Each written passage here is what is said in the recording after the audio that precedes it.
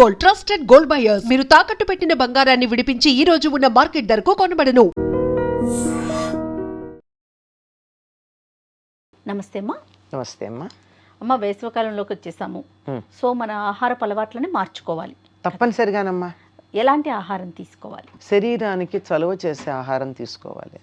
చాలామందికి చలవ చేయడం అంటే చల్లనివి చలవ చేస్తాయి అనేటటువంటి ఒక భ్రమలో ఉంటారు. అవును, ఐస్ క్రీములు, ఐస్ వాటరు కాదమ్మా. శరీరానికి చలవ చేసే ఆహారాలు వేరుగానే ఉంటాయి. ఎక్కువగా చెమట పట్టి శరీరంలో ఉన్నటువంటి లవణాలన్నీ కోల్పోతాం గనక తప్పనిసరిగా ఉప్పు పులుపు ఎక్కువ ఉన్న పదార్థాలు తీసుకోవాల్సినటువంటి అవసరం ఉంటుంది. ప్రకృతి కూడా మనకు అటువంటివే ఇస్తుంది. మామిడికాయలు వస్తాయి, చక్కగా ఇంకా మామిడి పళ్ళు వస్తాయి, చింత చిగురు వస్తుంది. ఇవన్నీ కూడా శరీరంలో విటమిన్ సి పెంచేవి. విటమిన్ సి పెంచడంతో పాటు శరీరానికి చలవని కలిగించేవి. మామిడికాయ కూడా మంచిది ఆరోగ్యానికి. ఈ ఋతువులో దానికి సంబంధించి తినడం. ఇంకా చైత్రామలకం అని చెప్పి చైత్రమాసం వచ్చేటప్పటికల్లా బాగా పండిన పసుపు రంగులో పండి బంగారు రంగులో ఉండే ఉసిరికాయలు వస్తాయి. ఇవన్నీ కూడా ఆరోగ్యానికి చాలా మంచివి. వీటన్నిటిని స్వీకరించడం చాలా అవసరం. వీలైనంత వరకు మంచినీళ్ళు తాగుతూ ఉండాలి. ఈ మంచినీళ్ళు కూడా ఫ్రిడ్జ్లో కాదమ్మా, కుండలో. ఇది రాగి బిందె చాలా శ్రేష్టమని అందరూ ఈ మధ్య రాగి బిందెలు వాడుతున్నారు.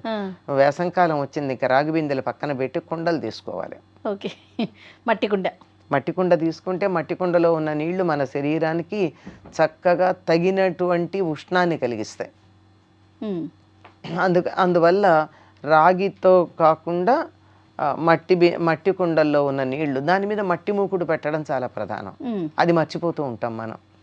మూత కూడా మట్టి మూకుడే పెడతాం, దాని బదులు వేరే ప్లేట్లు అవి పెడుతూ ఉంటాం. కానీ కాకపోతే తొందరగా ఆ తీసి పెట్టడాల్లో మూకుళ్ళు పడిపోయి చేస్తాం. కానీ అవి తీసుకుంటూ ఉండడం చాలా మంచిది. తర్వాత శరీరానికి వేడి చేసే కాఫీ టీలు వీలైతే మానడం మంచిదమ్మా. చాలామంది మానలేరు, కానీ తగ్గించండి. మానలేనప్పుడు తగ్గించటం ప్రధానం. దాని బదులు వేడివేడిగా ఏమన్నా తాగాలంటే రాగిజావ ఉండనే ఉంది కదా, అంతే. ఇంకా శరీరానికి చలవ చేయాలంటే సబ్జా గింజలు. ఈ మధ్య చియా సీడ్స్ అంటున్నారు, రెండూ ఒకటే దరిదాపుల్లో. ఏమన్నా వెరైటీలో తేడా ఉంటుందేమో కానీ రెండూ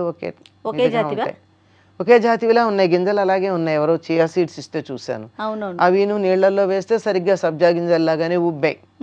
కనుక ఆ సబ్జా గింజలు వేసినటువంటి నీళ్లు దాంట్లో కొద్దిగా అలాగే తాగడం మనకి ఇబ్బంది అనిపిస్తే ఒక 4 చుక్కల నిమ్మరసం, ఇంకా తక్కువ పించ్ ఆఫ్ సాల్ట్ వేసుకుని తాగినట్టయితే శరీరానికి కావాల్సిన చల్లదనం కలుగుతుంది. లోపల ఉన్నటువంటి జీర్ణకోశంలో ఉన్నటువంటి చెత్తా చెదారం కూడా బయటికి వెళ్ళిపోయేటటువంటి అవకాశం ఉంటుంది. ఇంకా శరీరానికి చలవ చేసేటటువంటిది పుదీనా ఒకటి ఉంది, అలాగే మజ్జిగ. ఇక కాఫీ టీల బదులుగా ఏదన్నా తాగాలనిపిస్తే పల్చని మజ్జిగమ్మ.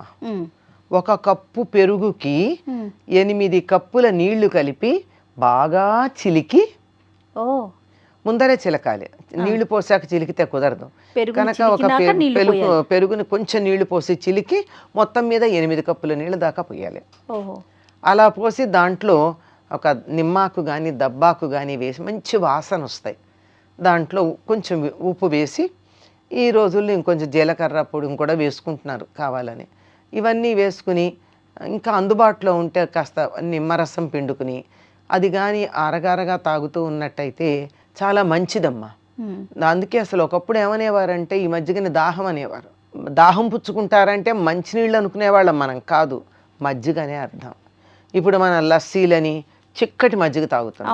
చిక్కటి మజ్జిగ తాగితే అది ఆహారం అవుతుంది, కానీ శరీరంలో చలవ కలిగించేటటువంటి దాహం తీర్చేది కాదు. వీలైతే ఈ మజ్జిగని కూడా ఫ్రిడ్జ్లో పెట్టకుండా కుండలో పెట్టుకుంటే మంచిది. చిన్న చిన్న కుండలు దొరుకుతాయి కదా, ముద్దుగా ఉంటాయి. ఆ కుండల్లో కనుక ఈ మజ్జిగ తయారు చేసి పెట్టుకుని ఆరగారగా ఎప్పుడు కావాలంటే అప్పుడు ఇవి తాగుతూ ఉండడం మంచిది. వీటన్నిటికన్నా కూడానమ్మా చిన్న పిల్లలకి బాగా ఉండాలి అంటే పసిపిల్లలైతే చిట్టుడుకు నీళ్ళని ఇచ్చేవారు. అంటే అన్నం ఉడుకుతూ ఉండగా ఉడుకు చిట్టుడుకు అనమాట. ఉడుకు పట్టంగానే ఆ నీళ్లు తీసి పక్కన పెట్టి దాంట్లో కొద్దిగా ఉప్పు మజ్జిగ చుక్కలో వేసి పిల్లలకి అన్నప్రాసన అయిపోయిన దగ్గర నుంచి 1-2 ఏళ్ళు వచ్చేదాకా ఈ నీళ్లు కాసిన ఇచ్చేవాడు. వాళ్ళు రుచిగా ఉండడానికి అందులో నిమ్మరసం పిండి కానీ మజ్జిగ వేసి కానీ వాళ్ళకి నచ్చేటటువంటిది ఏదో ఒకటి చేసి ఇవ్వడం. కాస్త తినడం వచ్చినటువంటి పిల్లలు కనుకున్నట్టయితే వాళ్ళకి రాత్రి అన్నం దాంట్లో పాలు వేసి తోడు పెట్టి పొద్దున్నే పెట్టేవారు.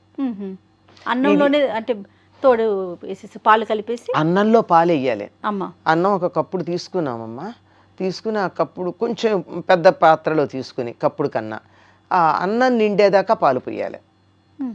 అన్నం నిండేదాకా పాలు పోసి దాంట్లో గోరువెచ్చని పాలు దాంట్లో తోడు కనుక పెట్టినట్టయితే తెల్లవారేటప్పటికి చక్కగా తోడుకుంటుంది, అన్నంతో సహా తోడుకుంటుంది. దాన్ని వీలైతే సూర్యోదయానికన్నా ముందు గనక తిన్నట్టయితేనమ్మా ఇట్లా ఉన్న పిల్లలు ఇట్లా తయారవుతారు.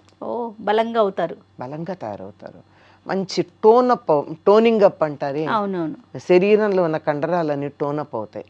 వేసవి కాలంలో గనక అలా తిన్నట్టయితే ఎండ దెబ్బ తగలదు, బాగా బలంగా ఉంటారు. ఇంకా మాకు చిన్నతనంలో ఏం చేసేవారంటే వేసవికాలం రాగానే అన్నం కుండల్లో ఉండి కొయ్యతడ్డుతో దాన్ని కలిపి వడ్డించేవాళ్ళు మాకు. అంటే పొద్దున్నే చద్దన్నాలు తినేవాళ్ళం అమ్మా. ఈ రాత్రి పెరుగన్నం కొద్ది మందికి, ఎవరికైతే అనారోగ్యం ఉందో వాళ్ళకి. మిగిలినటువంటి వాళ్ళందరూ నిద్ర లేవంగానే మొహం కడుక్కోవడం, స్నానాలు చేయడం, 7 గంటలకల్లా తినేసేవాళ్ళం. పడి అల్లరి చేయాలి కదమ్మా, తోటల్లో దొడ్లల్లో అల్లరి చేయొద్దు, అల్లరి చేయడానికి ఓపిక ఉండద్దు. అందుకని చద్దన్నాలు తినే అలవాటు ఉంది. చద్దన్నం అంటే రాత్రి ఉన్నది ఉంటే ఉండడం, అది కొద్దిగా ఉంటుంది, కానీ ఎక్కువ మంది ఉంటే ఎంత చద్దన్నం ఉంచుతారు. అందుకని ఈ కుండల్లో వండి చలవ చేస్తుంది. మేహపు ఉడుకు అంటారు, అది లేకుండా ఉండడానికి కుండలో ఉండి కొయ్యతెడ్డు, అసలు మెటల్ పనికిరాదు, దాంతో వండి మాకు పెట్టేవాళ్ళు. దాంట్లో ఏదో ఇంత గోంగూర పచ్చడో ఆవకాయో ఇంత నెయ్యి వేసుకొని, నెయ్యి కొంచెమే నెయ్యి వేసుకుని, ఇంత మీగడ, కొంచెం నెయ్యి ఇంత మీగడ వేసుకుని తినేసి, ఆవకాయ పచ్చడి కానీ పండుమిర్చిలో కానీ మీగడ వేసుకొని తింటే అసలు వెన్న మాకు వెన్న లేనప్పుడు మీగడ. వెన్న అప్పటికప్పుడు మజ్జిగ 6:30-7 లోపల నోట్లో నీళ్ళు వస్తున్నాయి. పొద్దున్నే 6:30-7 లోపల మజ్జిగ చేసేసేవాళ్ళు కదా, మజ్జిగ చేసేసేవాళ్ళు. అవి వేసుకుని పొద్దున చద్దన్నంలో మాత్రమే పెరుగు, మధ్యాహ్నం నుంచి పెరుగు వేసుకోవడానికి వీల్లేదు. మజ్జిగ అన్నాలు. రాత్రి అయితే అసలు పెరుగు దరిదాపులోకి రాకూడదు, ఆరోగ్యానికి మంచిది కాదని. అంచేత ఎంత పాడన్నా ఉండనియండి, చిక్కటి మజ్జిగ వేసుకోవడం తప్ప అస్సలు మజ్జిగ ఉండేది, పెరుగు వేయడం ఉండదు. పొద్దున పిల్లలకి మాత్రమే వెన్నలు, పెరుగు ఇలాంటివన్నీ ఉండేవి. ఇవన్నీ వేసుకుని అల్లరి చేసేసేవాళ్ళు. మళ్ళీ మధ్యాహ్నం 11-12 లోపల పూజలు వంటలు అయిపోయి పెద్దవాళ్ళు భోజనం చేశాక వాళ్ళు ఎప్పుడు భోజనం చేస్తారా అని ఎదురు చూసేవాళ్ళం. మళ్ళీ మధ్యాహ్నం భోజనానికి 3 పూట్ల తినేవాళ్ళం అమ్మ, ఆనందంగా తినేవాళ్ళం. అయిపోయేది సాయంకాలం 4:30-5 కల్లా వాతావరణం కొంచెం చల్లబడుతోంది అనగానే స్నానాలు మొదలుపెట్టి, సాయంకాలం వేడి నీళ్ళ స్నానాలు, పొద్దున చన్నీళ్ళ స్నానాలు. దీనికి ఒక లెక్క ఉందమ్మా. ఎండ దెబ్బ తగలకుండా ఉండాలంటే వేడి నీళ్ళు స్నానం చేయాలి. అందుకని సాయంకాలం 4:30-5 అయ్యేటప్పటికి పెద్దవాళ్ళు టీ తాగుతూ ఉండేవాళ్ళు, మేము కూడా అలా చూస్తూ ఉండేవాళ్ళం. కొంతమందికి కాస్త కదా టీ తాగడానికి, టీ తాగేసో తాగకో పొయ్యి ఉండేది, పొయ్యి మీద నీళ్లు కాచుకునేవాళ్ళం.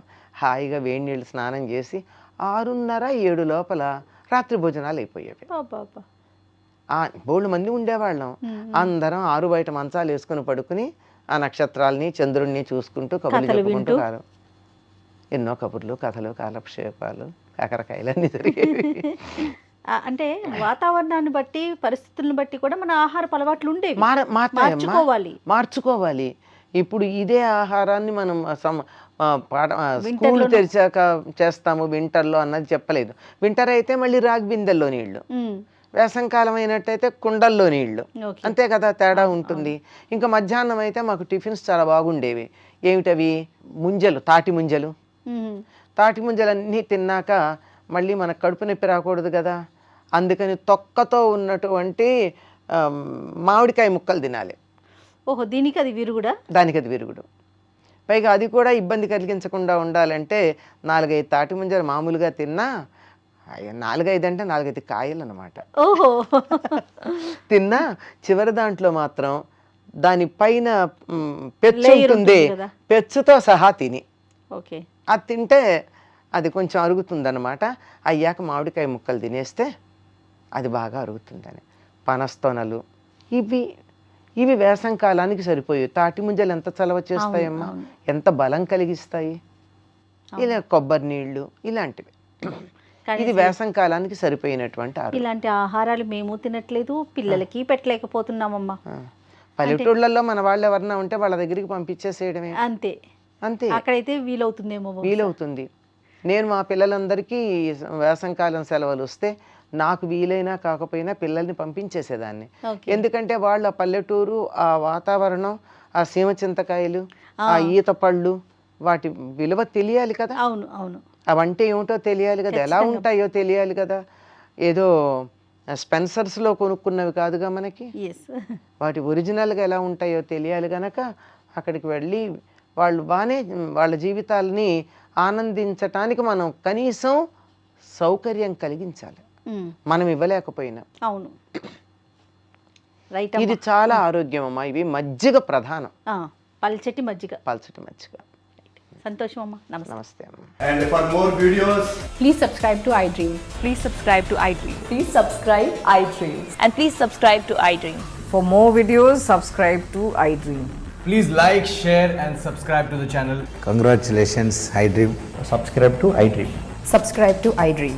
So subscribe to iDream Media. iDream ki iDream team andarki huge congratulations. Please subscribe iDream Media. Please subscribe to iDream. Subscribe iDream. Please subscribe to iDream. iDream అంటే నా కళల ఛానల్ సబ్స్క్రైబ్ చేసుకున్నారు, నోరు తిరుగుతలేదు, మీరైతే గంట గుర్తు కొట్టండి. For more such videos, please subscribe to iDream. Subscribe to iDream. Please subscribe to iDream. Please subscribe iDream Media. Please do subscribe to iDream. Please subscribe to iDream Media. For best entertainment and information, please subscribe iDream. And don't forget to subscribe to iDream.